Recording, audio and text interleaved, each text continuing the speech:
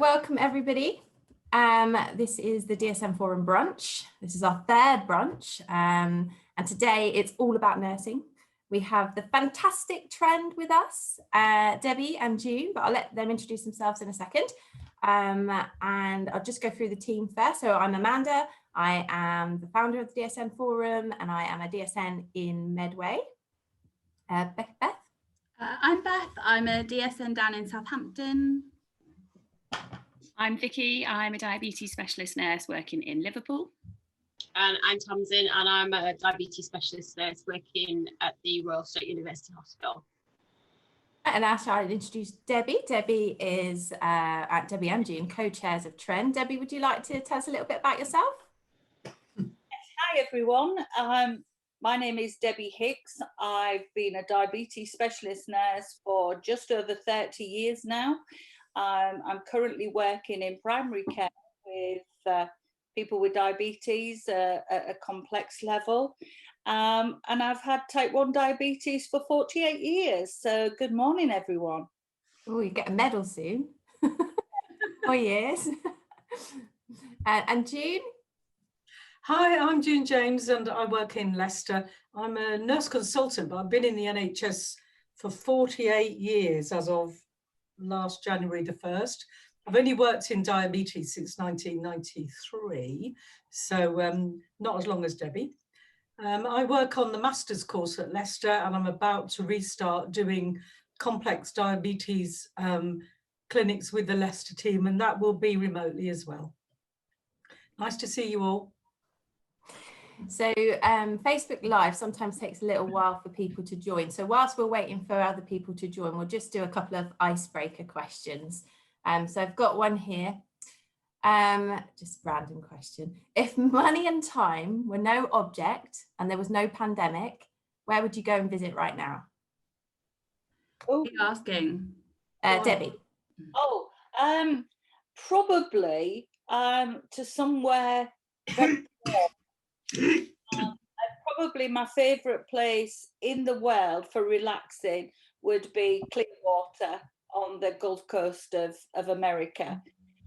But at the moment, I'm happy to sit here and bide my time out. Although I do like holidays, and I do have about 4 to 5 holidays a year. But think of the money that I've saved. Yeah. What are you going to do with it all?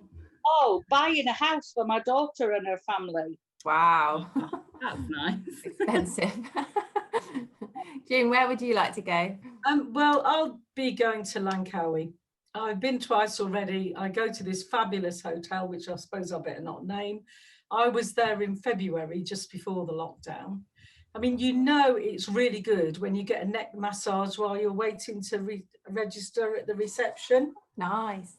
Yeah, that does sound nice. The hotel is amazing. I've been twice. When I left, I said, I am coming back.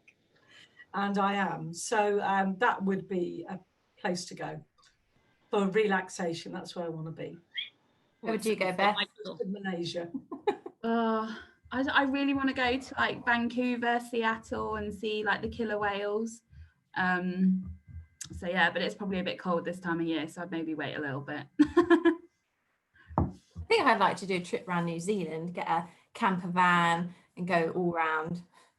You love your camper vans, don't you? I do. I've been thinking about that down here, actually. You do the bungee jumping and all that activity. I actually had a bungee jump booked this year because I was doing 40 before 40, but it was cancelled, as was my skydive, as was my whole birthday, everything. Later on. Yeah. But I got a grandchild. Yeah.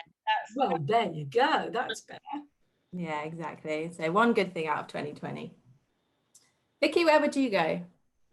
Oh, do you know, I'd love to go to like Mauritius, I think. That's lovely. Somewhere idyllic and completely relaxing.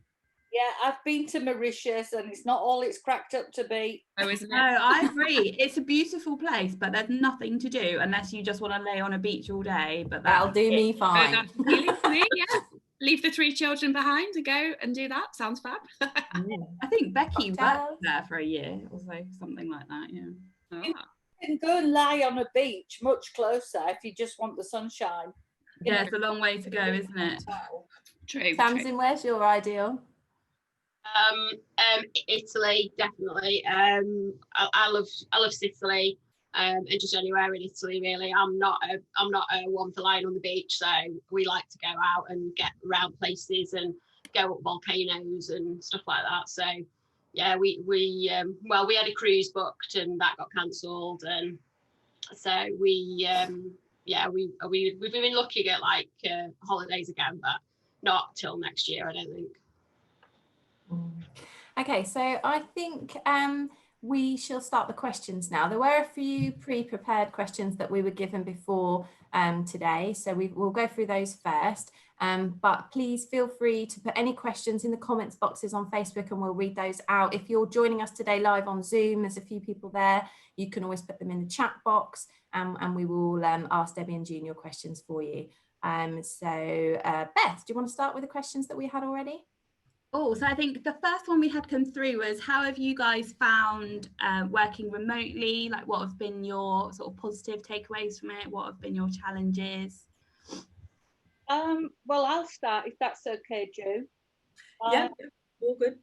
When this all hit, we were thrown into a bit of a dilemma, as most people were, because we had quite a few educational events, face-to-face educational events organised. And, you know, we knew very soon that we wouldn't be able to do these. And so we quickly got our heads together and looked at virtual options. And so what we did very early on, in fact, the first one that we did in March was a webinar. And so we have done lots of webinars over the last 9-10 months. And they seem to have gone down really well because we tended to do those in an evening. So that meant that people were more likely to join. And yeah, they seem to have been evaluated really easily. So I think, like everybody, we felt we just had to, you know, kind of make changes to the way we work. And I think that although it was slightly daunting in the beginning, I think we now, like, we're able to talk to lots of people now, that we've actually found it's been a really good way forward. So, you know, we have had lots of challenges, but I think this has turned out to be a real positive for us as an organisation, and us as part of the NHS. Yeah, I think we've learned a lot of new skills. So if we go back just to the day job, that was a bit of a shock because I'd gone off to Langkawi having finished my renal clinic. And when I came back, there were no more. They've not been reinstigated yet. There's a consultant-led clinic, but nurses aren't included in that at the moment. So I concentrated all my energies on the MSc. And as I say, we doubled our numbers on the master's programme because people can't get to do any continual professional development. And so that's the sort of the day job. And when it came to trend, we had to sit down by sort of April thinking, what are we going to do about the conference? So, and at that stage, I guess the press and everybody was saying it's all going to be over in 3 months, and we ummed and ahed. Do we cancel? Do we do virtual? And that took quite a lot of time, didn't it, Debbie, with us discussing, and we decided fairly early on that we would go virtual. I think we were the first major, certainly nursing event to go virtual. And so we've learned from that, and it's been a really positive learning experience. So we decided to make the talks live, and everybody was saying, no, get them recorded. And we said, no, we want them live. We had to do a lot of negotiating with hotels and people that were already booked because there's a financial element to cancelling big events. And we got all that sorted out, didn't we, Debbie?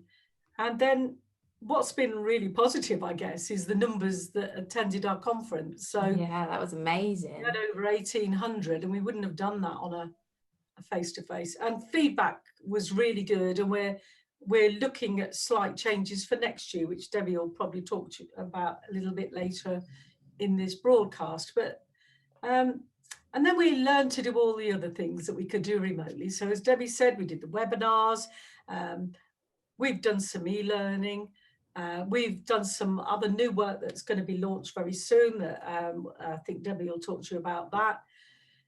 And then other things came up like insulin safety. So we went straight in there. When we knew that people with diabetes were more likely to get COVID, we redid all our sick day rules leaflets, and then we promoted them heavily. And as you guys know, we don't charge for anything. So everybody can have our materials for free.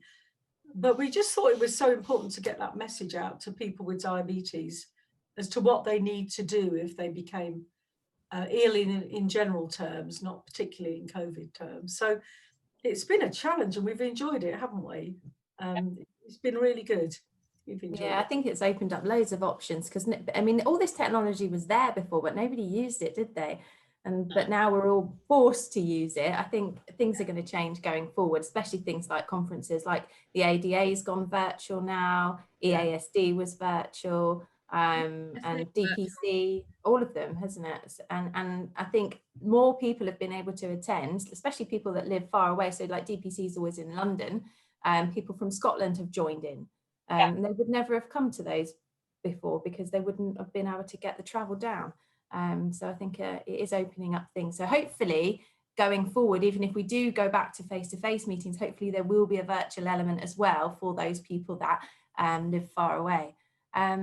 Vicky, what else was on our list of questions for the... So I suppose one of our questions anyway was about what plans do you have for your conference this year, with obviously your success that you had with your virtual conference last year. Have you been planning? I'm sure you have. Have you got plans for this year? Yeah, it's already planned. It's on the 11th and the 18th of June. And the reason we've moved it to June is that, unfortunately, the autumn is jam-packed with lots of conferences. And, you know, we don't want to, you know, take people away from any conference. We want people to be able to go to as many as they're able. So we thought that we would move it to June, away from PCDS and DPC, and just spread things out a little bit. So it is already planned. We do have the programme already set up, which has quite a few topical things in, different speakers, got a slightly different format, but all our main sponsors have bought into the virtual setup again. And we've sent the save the date out to all healthcare professionals. So yeah, we're already planning that, engaging speakers, etc. And we're looking forward to it. I mean, you know, we were amazed at the amount of people that actually were able to join us. And, you know, we were actually able to produce a report that showed how many people actually joined. We know that over 40% of the people that joined the first day actually joined the second day as well. So, you know, we hope that it's been useful. And of course, all the conference was recorded at the time, and it was available on the website up until the 31st of January. We've also got some webinars that are in the planning. We've got one that we will actually be announcing on Monday. Our webinar on diabetes and heart failure. I think you've just announced it. We have. So yeah, because you know, half day. And unfortunately, this webinar is a condensed version of the meetings that we were planning in April of last year that were cancelled. So that's, you know, it's kind of been there for a while on the back burner. So yeah, there's lots of things going on. And one thing that we're heavily involved in is a project with nursing homes, not care homes, but nursing homes specifically. And we'll be able to share more of that as we get started later on in January. Sounds very interesting. Has just come Our through, failure actually. meeting is the 4th of March. Just so you all know, it's 4 hours. It's multiple speaker meeting. But we've only just had confirmation of that last night, sort of quite late. So that's really good. Very topical at the moment, heart failure, isn't it? Yeah. I think that'll be good. Beth, were you going to say something? I was just going to say, a question came through, I think, from someone that's living with diabetes to say, are the same restrictions that non-healthcare professionals still can't attend conferences, or because they're online, will they be able to attend? Unfortunately, Beth, it is still the same restrictions. And I mean, you guys did a fantastic meeting for people with diabetes at the end of the DPC conference. But the reason why people living with diabetes are not able to join these is because they are pharma supported, and it's within their kind of restrictions that they're not able to liaise directly with people with diabetes. So unfortunately, this is specifically for healthcare professionals. But I'm sure that you guys will do something similar to last year's this time. And, you know, June and I are more than happy to get involved. You know, I'm a big advocate for people with diabetes since I've, you know, kind of been there for the last 48 years, living with it myself. And I know you guys have got close connections with people living with diabetes. So, you know, it's really important we make sure that the same information is available. But in this situation, it is just healthcare professionals.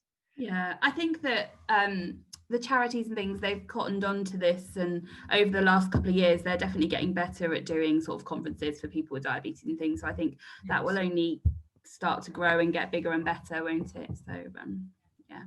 There's just a question about the forthcoming sort of webinars and your trend conference, about the meetings, and how do people find out about them? Oh, we advertise. Trend Diabetes will put it on Twitter, and we'll probably put it on Facebook, because we've just launched. We can go onto Facebook as an organisation now, right. Healthcare professionals, and that will be done. And of course, anybody that's on our membership list, and there's 13,500 now, they'll automatically get information sent to them about things like the webinars. So yeah, so there's go and sign up, everybody. And you'll get it straight into your email box. Yeah. You only need to put your name and where you're working, and you're on, aren't you? So it's not mega. Yeah. But something that we have started doing, which is why UK came off our Trend Diabetes name of the organisation, is that we've actually started doing work in different parts of the world. So we're already doing work in Southern Ireland. We're doing work in the United Arab Emirates, and we've had contacts from the USA as well. Wow. So actually building on work that we've done is actually now being shared with other countries. Things like the competency framework is regularly used in Australia and in New Zealand. A lot of the fit work that was done in the early days is still in use in South Africa. So, we are starting to do work outside of just the UK as well. So that's all interesting for us. June actually went to Kathmandu and did some work. So You know, it's like, you know, Should bring we- albeit it's virtual at the moment. So sadly, you know, we weren't able to go to, you know, Dubai or Oman, but you know, still useful contacts. There's actually somebody watching today from Australia. I've just seen in the Facebook chat from Canberra. Oh, Oh, great. yeah. Yeah, so we haven't been able to travel, of course, this year. But, you know, I think even going to Nepal just taught me just how hungry people are for knowledge. They want to know how to manage diabetes and how to manage people living with diabetes, how to help them manage their own condition. And that was a real privilege to go and do that. I did that through Leicester, actually. And yeah, you know, when you go to do a course somewhere and, you know, a third of the people don't turn up. They don't do that in Nepal. You know, you expected 30, but 65 come. You know, they're stood by the door and they can't wait to get in. And the surroundings that you're teaching in are not like we've got in the Western world. But they're so desperate to learn. And I think that, you know, that was my take-home message from there. I think we're really lucky in the UK to have you guys and to have all the things that we do have. Me and Tamsin are part of FEND, and we see a lot of what goes on in Europe, and they don't have half as much as we have in some of those places. So I think we are really lucky in this country. We don't realise how lucky we are that we can go to conferences for free. So the other questions, Tamsin, what else have we got on our already?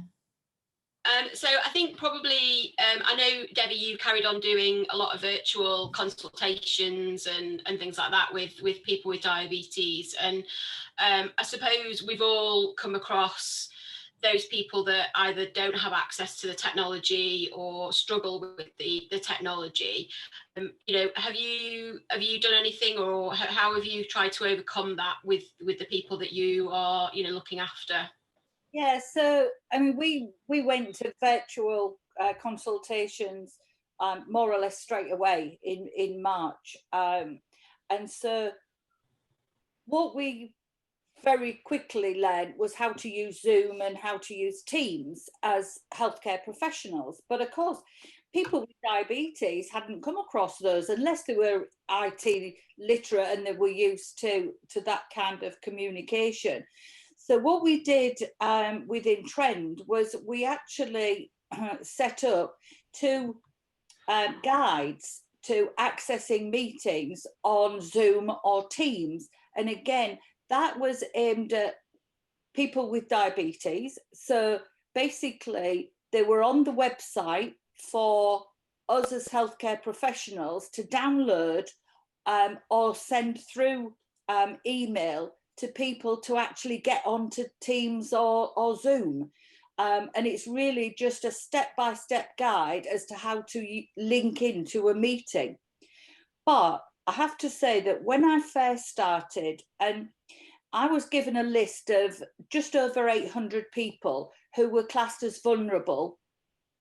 And these were people that either had a HbA1c above 75, or they'd had a recent admission for DKA, or they disengaged from their healthcare system, whatever that was. And so I started to work through this list, started at A, and basically contacted everybody, but it was via the telephone. And you know what? Most of those people were really appreciative of that call because, you know, they realized that as healthcare professionals, we do have their best interests at heart. And, you know, we're trying to find out if they need any help or support, but in a, you know, non-judgmental way. It wasn't that, oh, you haven't attended your appointments. It was like, you know, what's your experience of COVID, and you know, do you need any support at the moment? So that was really rewarding for me because, you know, I knew that I was getting to people that perhaps hadn't had a call for some time. But the other thing was that I quickly found that people with diabetes didn't actually want to go on video. they were quite happy to chat on the phone. So there's very few people that I regularly contact via Teams, because that's what we use in our organisation. But mostly that telephone call is sufficient support. If somebody does want information, then I'll just whiz it to them while we're even talking as an email. So I can't even begin to think how many people I've called, because I do my clinics on either a Monday and Tuesday or a Tuesday and Wednesday. But if they need contact, then they just email me and I'll just bounce an email back to them. So I have to say that on the whole, people are happier doing a telephone consultation. If it's something that I'm doing as a GLP-1 start, something like that, I would prefer to do a video consultation. But if not, then I can send them the videos from the companies. So there's ways around it. And I think as nurses, we're pretty good at you know, being innovative and, you know, doing different things. So actually, I would say that a lot of people prefer a telephone contact. Yeah, that's what I've been doing as well. Most of my contacts have been by telephone, apart from insulin starts and meters. But I find meters are really hard to try and get people to work at, especially the Lancets. It's like just trying to describe how to do the Lancet is just, yeah, it's quite fiddly, isn't it? Yeah, I've had people like brushing the strip across the blood rather than trying to. Not easy to describe, is it? No. I do put them to the company websites, because you know, the websites are very good with instructional videos that actually, if they miss a bit, you know, they can just keep going back and checking it. So those are really good, and I think the companies have come up with some pretty good resources themselves to support people with diabetes. So, you know, a shout out to them for doing well. But like we said before, some people just have got no idea with technology. I mean, some of my patients don't even own a mobile phone. They've only got a house phone, and so you need to do an insulin start with them. It's PPE and in the surgery. Yeah. Okay, have we got any more of the pre-prepared questions, Vicky? Yeah, so just coming back to what you mentioned earlier about the work that you're or that you're planning to do with the nursing homes, and you said that I think the document is due out fairly soon, or what you've been working on. Are you able to tell us a little bit more about that? Vicky, I wish we could. Oh, it's classified. You mean insulin delegation, don't you? Yes. Yeah, yeah. Unfortunately, we got some communication back from NHS England, and bless him, even Partha has tried to give him a nudge and hasn't been able to. We thought in November that it was actually going to be published, finally, given that it was completed in April. And we were told that Diabetes UK was going to house all this information, which we then requested that also we could have it on Trend Diabetes, which we will have. But then we've heard nothing since. So yesterday, June and I wrote an email to the lead on this, saying what's happening, because it's going to be nearly a year. And people desperately want this information. They do. But whether it's COVID, I don't know. I honestly don't know. I mean, the NHS is really pushed at the moment. We all know that. But this could actually help people get their insulin on time, get, you know, the other people involved that could expand the workforce but no, Vicky, I'm sorry, we can't give you any update. As soon as we have, it'll be splashed as many different places as we can. But it is really frustrating for us, isn't it, June? Oh, Well, it is. You know, we work the whole of Easter every day, all day, every day and night to get all this work done. And it's sitting in an office somewhere just waiting for somebody to put the stamp on it. And that is really frustrating because, you know, a lot of diabetes teams or district nurse teams are having to give lots of insulin across large areas, which is a risk as well, isn't it? But anyway, it doesn't need a sister grade district nurse to go and give the insulin shot. No. So it is frustrating, but you know, it's how these big organizations work, and we've just had to be patient. You know, I'm wary that every time we ask, they must be thinking, oh, not them again. We'll start asking as well. We'll ask as well. Yeah, well, way, yeah. We have heard that some trusts have just made a piecemeal document and bunged it out there and got the staff doing it. But you know, we don't know how robust those things are. They're probably great, but we don't know. But there is a national piece of work coming out, but it's frustrating. Oh, let's hope it happens soon. I think there's one more question on the ones that we had already. Do you have any plans following on from the DSN audit, streamlining titles, grades, etc.? Okay, so the audit that we did in 2019, that was actually published in 2019 and was presented at DPC, was actually the challenges that we had was that we shouldn't be having so many different titles. Then obviously COVID hit, and that was the least of people's worries.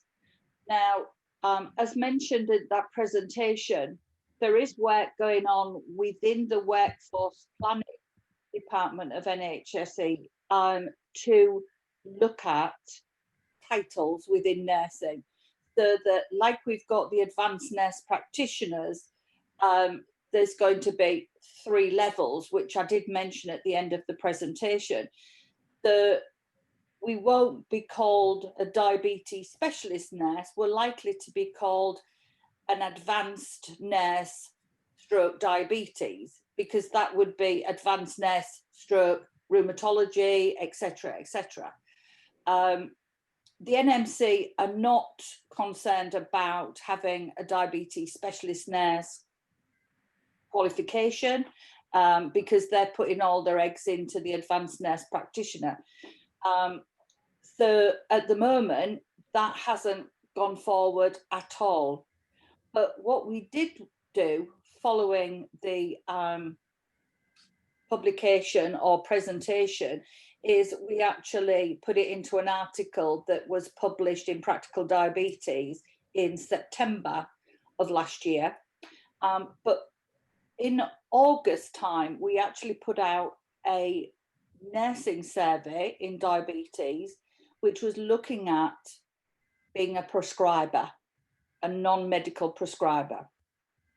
Because if you go back to 3 years ago, this was a challenge that we were given by PARTHA to say, what attributes do you believe should be held by a diabetes specialist nurse and a highly specialist diabetes nurse? And that's the 2 titles that were in the agenda for change. And so we worked with a group, including Diabetes UK, and we came up with a consensus document. That consensus document still is available on Diabetes UK website.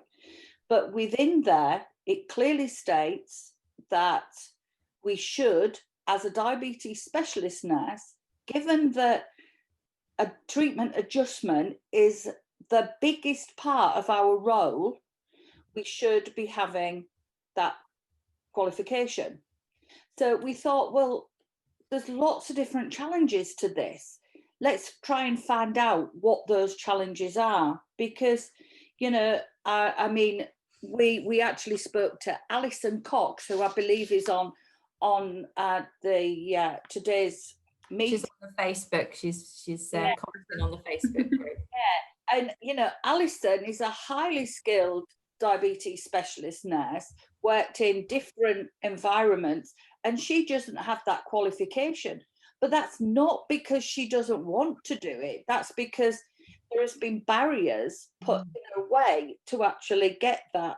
So we actually looked at those people that actually got involved in the survey that we did through the Trend website.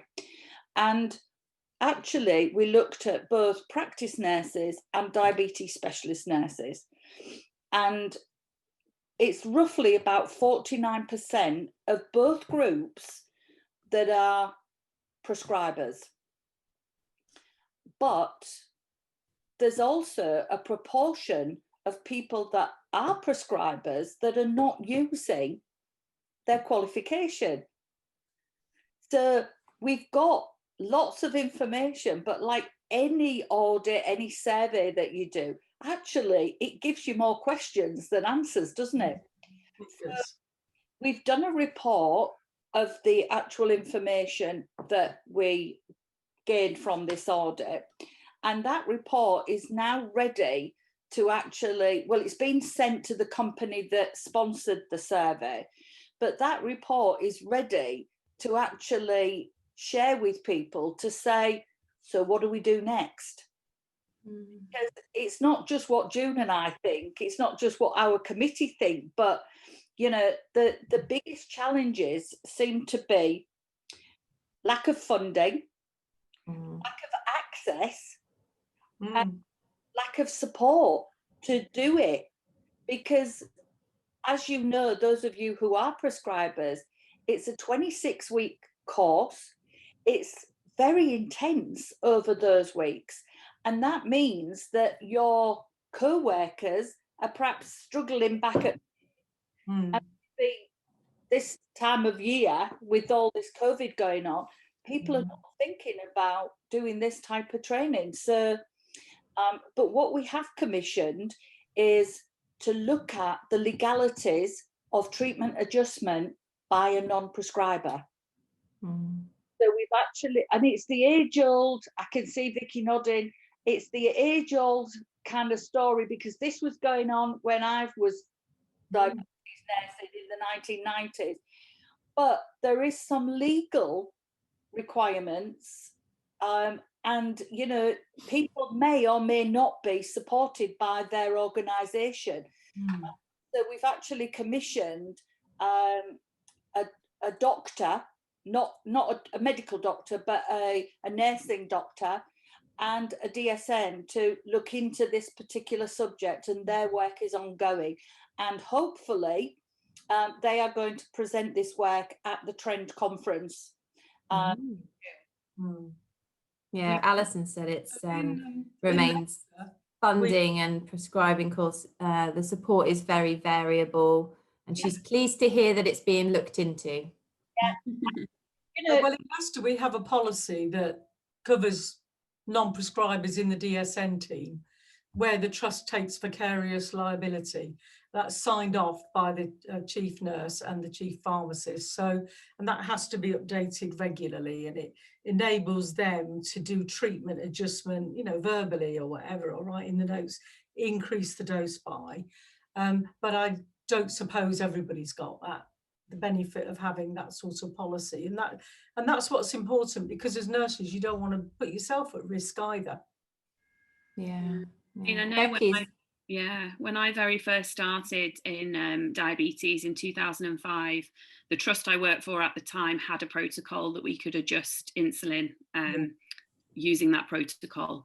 But when it came up for renewal, the trust weren't going to renew it. So that's how I came to do my nurse prescribing, because we were literally all made to do it because that protocol wasn't being renewed. So I did mine back in 2008 for that reason, from the protocol point of view.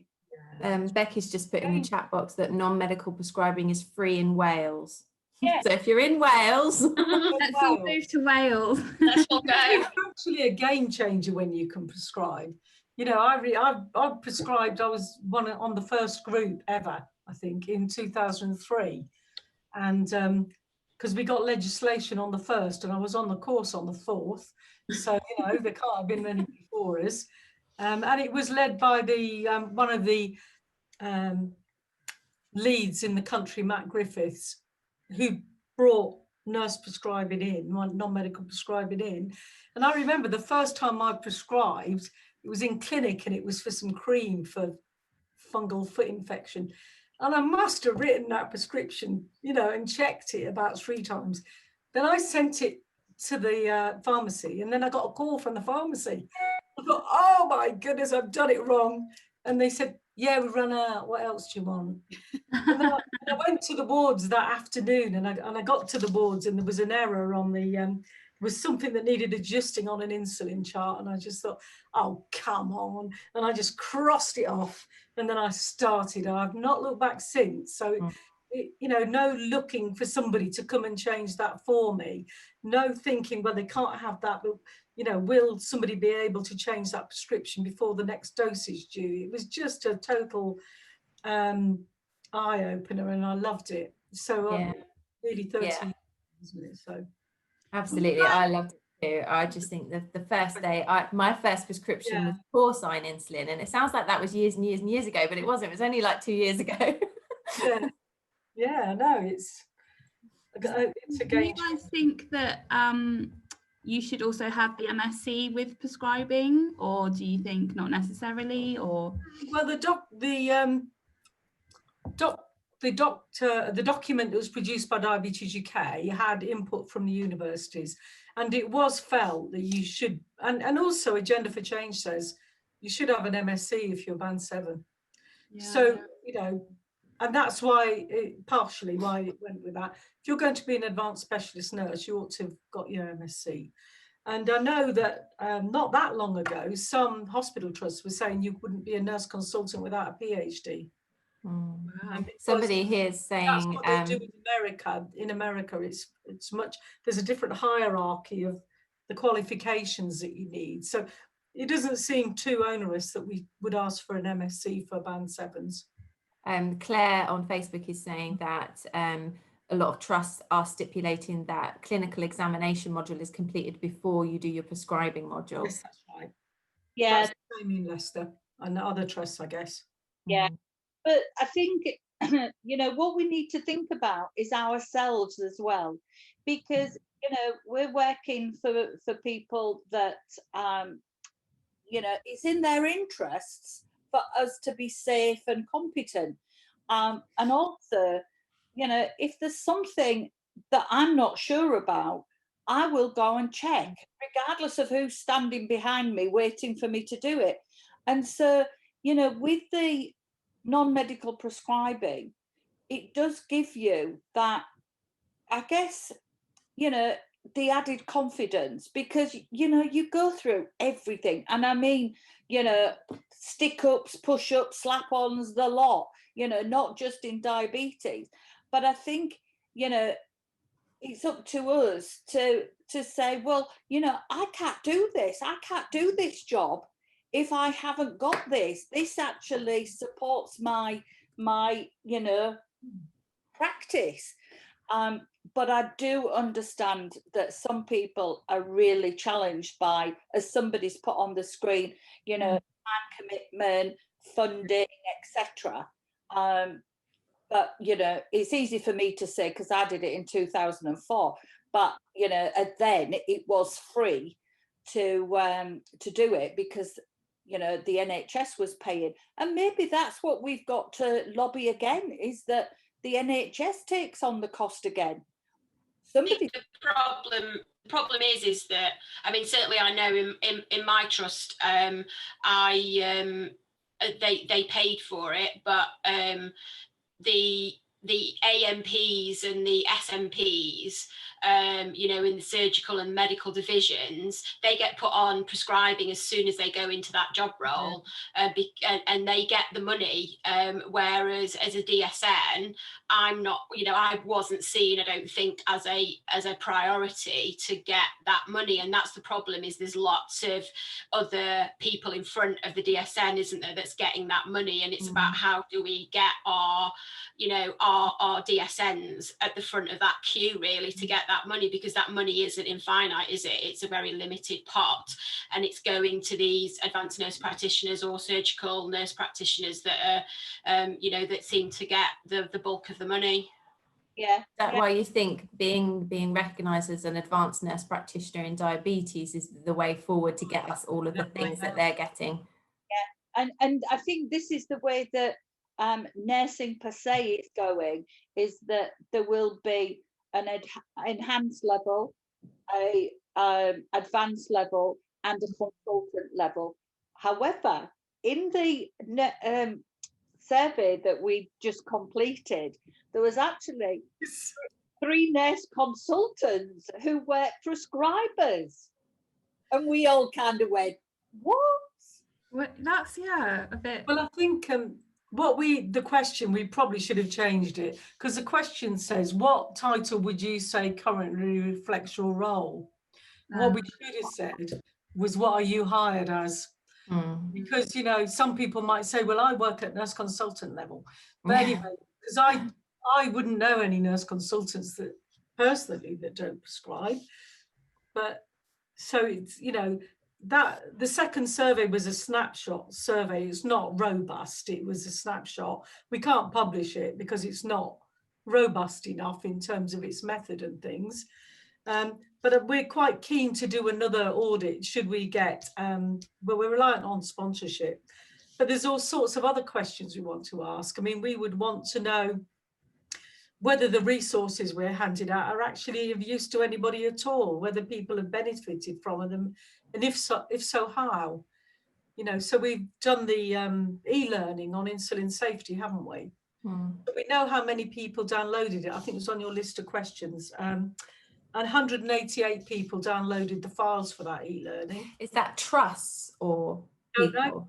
No, because we're not party to it. We just leave the link for people to have. We only know the numbers of how many. Because I know that in our trust, it would have only been 1 download, because they were downloading it to put on their NHS e-learning. But that could have covered hundreds of people. That's right. And equally, we don't know how many people are actually using it. So from my point of view, and we've not really discussed it, have we, Debbie? But I think it'd be really good to have a survey that could tell us those sorts of things.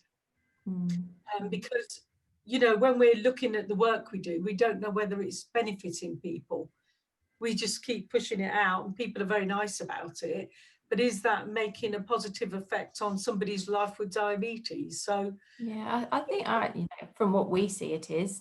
You know, everybody uses trend stuff. You know, you see it everywhere. But there's other things like this prescribing issue it's not going to go away, and anything we can do to support people to get on a prescribing course it would be great. So I think getting it as part of their job plan, like we said about the advanced nurse practitioner thing, if we can get that, then that's your job, is to get, and that's part of your job, is to have that funding, like in Tamsin's trust with their advanced nurse practitioners. Right, there's one more question on Facebook, and then we'll do a roundup question to kind of finish off. So the last question on Facebook is, what do Trend think about independent nurse consultants calling themselves nurse consultants when they don't appear to meet the criteria? Do you want to take that? Basically, anybody can call themselves anything. And the reason why we did the initial survey was because it makes a difference to people with diabetes who you are working with. And it's a huge confusion to be told you're meeting a diabetes specialist nurse who is maybe a practice nurse. And it's not about the name, it's about the competence, and it's about the skills and knowledge. So, you know, I don't care whether somebody calls me a DSN or a nurse consultant, but I know that I've got the competence and the skills and the knowledge of a nurse consultant, so I can help that person at an advanced level. However, if somebody purports themselves to be a nurse consultant, but they don't have an MSc, they don't have an actual caseload where they are employed by an organisation, you know, who is actually paying for their vicarious liability if they was to give wrong information? So I think we've got to look at ourselves and say, actually, is that correct? You know, why do I think I'm a nurse consultant if I'm not looking after a caseload of people, I don't have the skills and the knowledge, and I don't have the qualifications to back it up? The thing about nurse consultants is there is a defined job role. So, and I think that's quite an important thing to look at. So in 2000, when they developed the role of the nurse consultant, the Department of Health published all the information on what had to be included in the role. So, and it's the same as with DSNs, we need to have some sort of contact with the multidisciplinary team. We need to work wholly in diabetes, but for nurse consultants, you must at least have the masters. And then there's 4 core elements to the role. So it's not like it's a made up role. The Department of Health published what was required. So when we applied for our jobs, we had to meet the requirements that were published by the Department of Health. So if you set yourself up as an independent nurse consultant, I guess you need to think about some of those elements, because you're not part of the multidisciplinary team for a start, but you might be able to source some support from that. Because even at our stage in our career, if we're not sure about it, I mean, I'm about to do Prof. Davis's complex diabetes clinics. We're going to be using, obviously, lots of the newer medications. It's bread and butter in that clinic. If I'm not sure what I'm going to do with one particular individual, I'll be asking her, and I'm not embarrassed about doing that, you know, because I recognise that there are other colleagues with even more experience, probably more experience than I've got. So I get slightly worried about lone practitioners. I get a bit worried about them calling themselves that job role when it's very clearly defined what that role is. And they may not meet all that criteria. So, okay, final question just to round up. What do you think is Trend's biggest achievements to date? Well, funnily enough, we've actually just done a report. Our administrator has just done a report of our achievements for this year. Because, you know, we have been head down, as you guys have, trying to think of filling all the gaps that we can. But I think overall, if you was asking us, you know, what is our biggest achievement, then I would have to say that we're actually still producing relevant, up-to-date information for healthcare professionals and people with diabetes after 11 years, because we're in our 11th year now. And, you know, for me, that's the biggest achievement.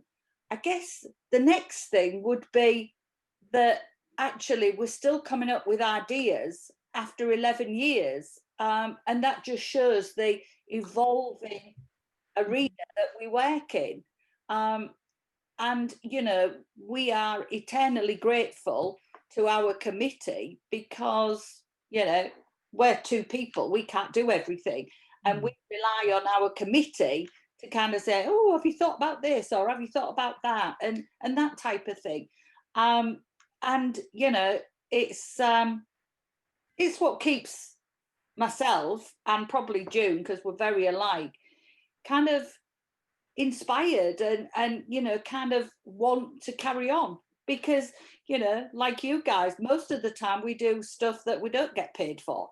But we, you know, we're inspired by people with diabetes, and we want to make sure that the care's right in the right places. So for me, I think it's that we've kept diabetes nursing at the forefront. Everybody knows where to go to now to get a diabetes nursing voice at, you know, from the national people, which is what we were set up for initially, because there was nobody to talk for nurses in diabetes. And I'm talking about all nurses working in diabetes as well, not just nursing specialists. I'm proud of the fact we've kept patient safety at the centre of everything we do. So all of our teaching materials are to do with making sure people are safe and everybody's got the knowledge and the skills to look after them. So with that, I'm going to do a shameless plug on the injection technique and the nursing home project that we're doing next year. In the next month, you are all going to have access to the new Trend Diabetes app. Ooh, which has all the exciting. ESD information on. We're just piloting it at this moment, just waiting for a couple more of the pilots to come in on that. It's also got a complete section on its own on sick day rules. So you'll be able to put in there, it's for healthcare professionals, has the person type 1, yes or no, and then it takes you to type 2, and then it'll say what treatment are they on, and you could do downloads, and then it'll tell you what to do with the insulin. Oh, amazing. So all from our leaflets, so all taken from the leaflets. So we're ready to launch that, and for next year we're also hoping to do, depending on COVID, the Langworth and some leadership meetings, and that's on top of the conferences. So, and everything we do is linked with keeping people safe. So that's a quiet year then, guys. Diabetes and people living with diabetes. Exciting times ahead. It is exciting. And we're also launching a CPD site on our website. So we have a couple of universities that want to put stuff on there about how they access courses, and that might help with non-medical prescribing courses, Debbie, I guess. Yeah. So exciting times, and yeah, we're still keen. Brilliant. Fantastic. Well, thank you so much for coming, giving up an hour on your Saturday morning to talk to us and all of our followers, and just thank you very much. Anything else to say, Beth? Are we good? No, I think everyone's up. All the questions have been asked, so yeah, we're good to go. Thank you so much, guys. Thank you so much. Thank you. We'll see you at the conferences. Soon. Thank you guys as well for doing what you do. It's Yes, all thank you. Brilliant. All right. Thank you. take care. Bye.